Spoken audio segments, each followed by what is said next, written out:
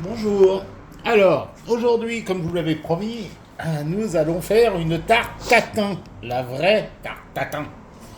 Donc là, j'ai pris un peu d'avance parce que j'ai fait donc mon caramel que j'ai mis au fond de mon moule et j'ai mis mes pommes. J'ai disposé mes pommes, vous voyez, debout, par moitié, mais debout, sur toute la surface. Alors, le caramel, c'est facile à faire, d'accord. Simplement, il faut penser à arrêter la cuisson en fin de cuisson du caramel, c'est-à-dire quand il commence à brunir. Attention à bien vous mettre un torchon sur l'avant-bras quand vous tenez votre casserole pour mettre l'eau dedans. Et faites un petit filet, c'est pas la peine de faire une grosse truc parce que si vous mettez un gros débit, le problème c'est que ça risque de gicler et de vous brûler, ce qui serait idiot. Tu mets en pause. C'est bon. Alors vous savez tous, je pense que quand on fait un caramel dans une casserole, pour enlever le caramel après, c'est très très compliqué, c'est même très embêtant. Alors moi je suis vraiment feignant. Donc pour éviter de m'embêter, par-dessus, je vais refaire un caramel, mais bien différent à ce qu'il était au départ. Celui qui était au départ. Pardon. Donc je refais mon sucre.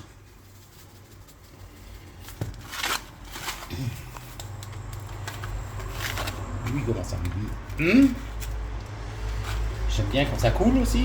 Bien. Et je mets mon sucre.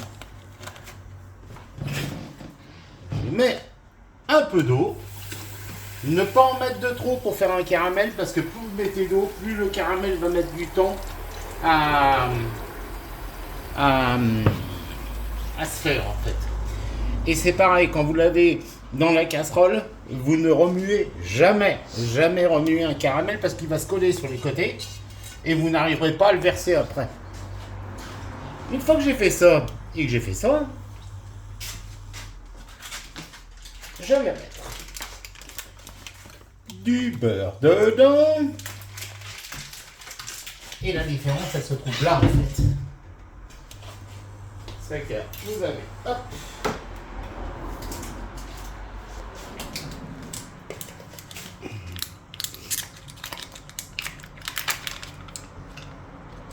alors beurre, faut pas en mettre de trop, mais faut être quand même généreux parce que c'est ce qui va servir, c'est un sirop qui va servir à cuire les pommes. Et donc plus vous en mettez, plus les pommes vont être limite compote. Donc quand vous allez découper, ça va être vachement intéressant parce que les pommes ne seront vraiment pas dures.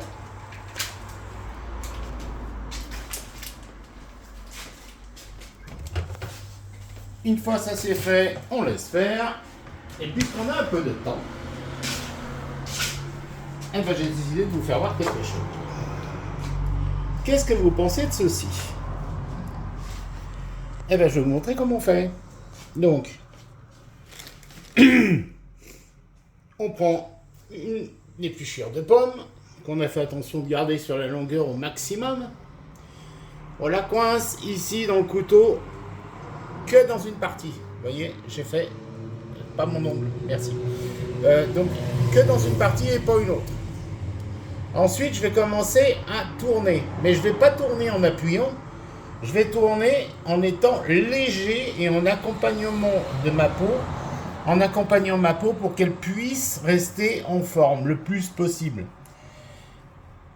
Vous voyez, je ne tire pas dessus. Je la guide simplement.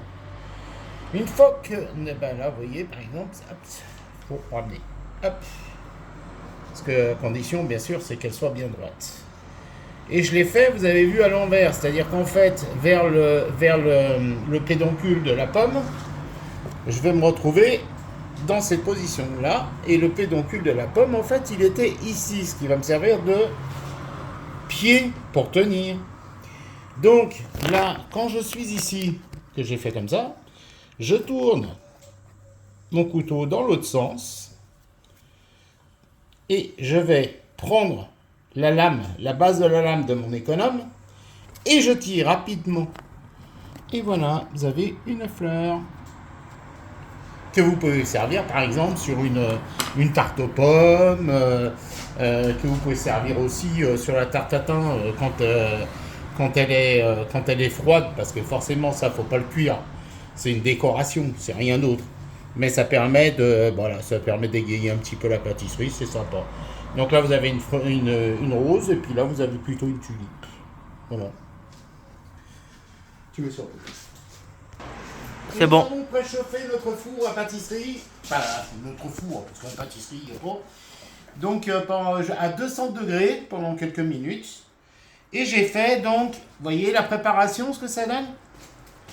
Vous avez un caramel, vous voyez, que vous n'avez pas arrêté, mais l'avantage qu'il y a, c'est que là vous avez un caramel qui est presque crémeux. Donc c'est vachement intéressant. Et c'est très bon. Là donc, je vais le verser sur les pommes.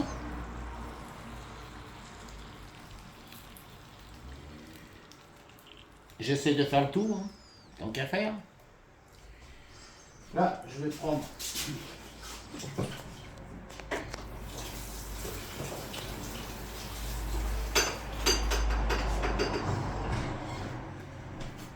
une spatule en bois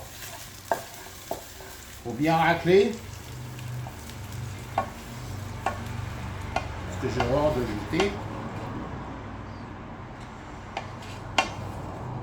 Et voilà, une fois que vous avez obtenu ceci, vous pouvez remarquer,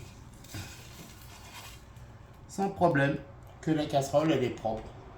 Enfin, elle est propre, elle doit être nettoyée, mais je veux dire, elle est propre. Il n'y a pas de caramel qui a collé dessus. Ensuite, je vais tremper avec du siphon, du liquide vaisselle.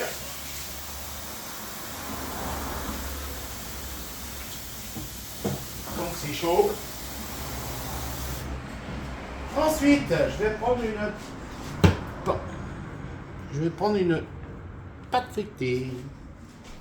Alors, pâte feuilletée, je ne l'ai pas faite maison, je suis désolé. Mais je vous explique pourquoi.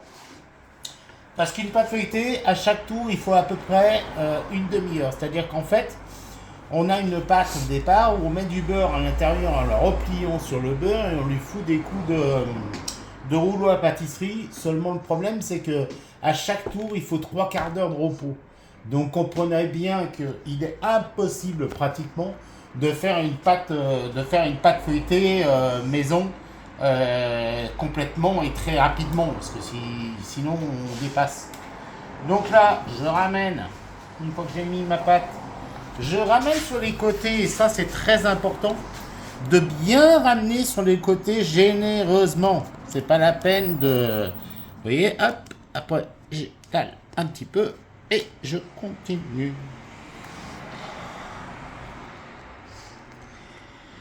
Je peux même replier comme ceci et l'enfoncer. Donc ça, c'est au choix de chacun. Et voilà. Et, chose importante aussi, je ne fais surtout pas de trous dans la pâte, à la fourchette ou à autre chose. Pourquoi?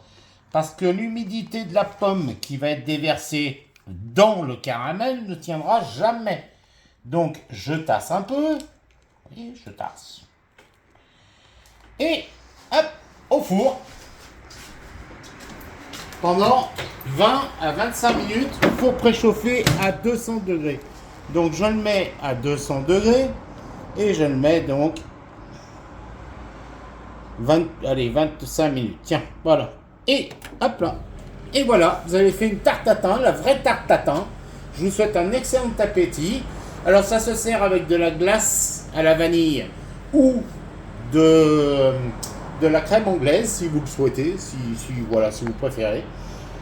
J'espère que ça vous plaira, éclatez-vous et puis voilà, essayez de nous retourner quand même à vos avis. Au revoir.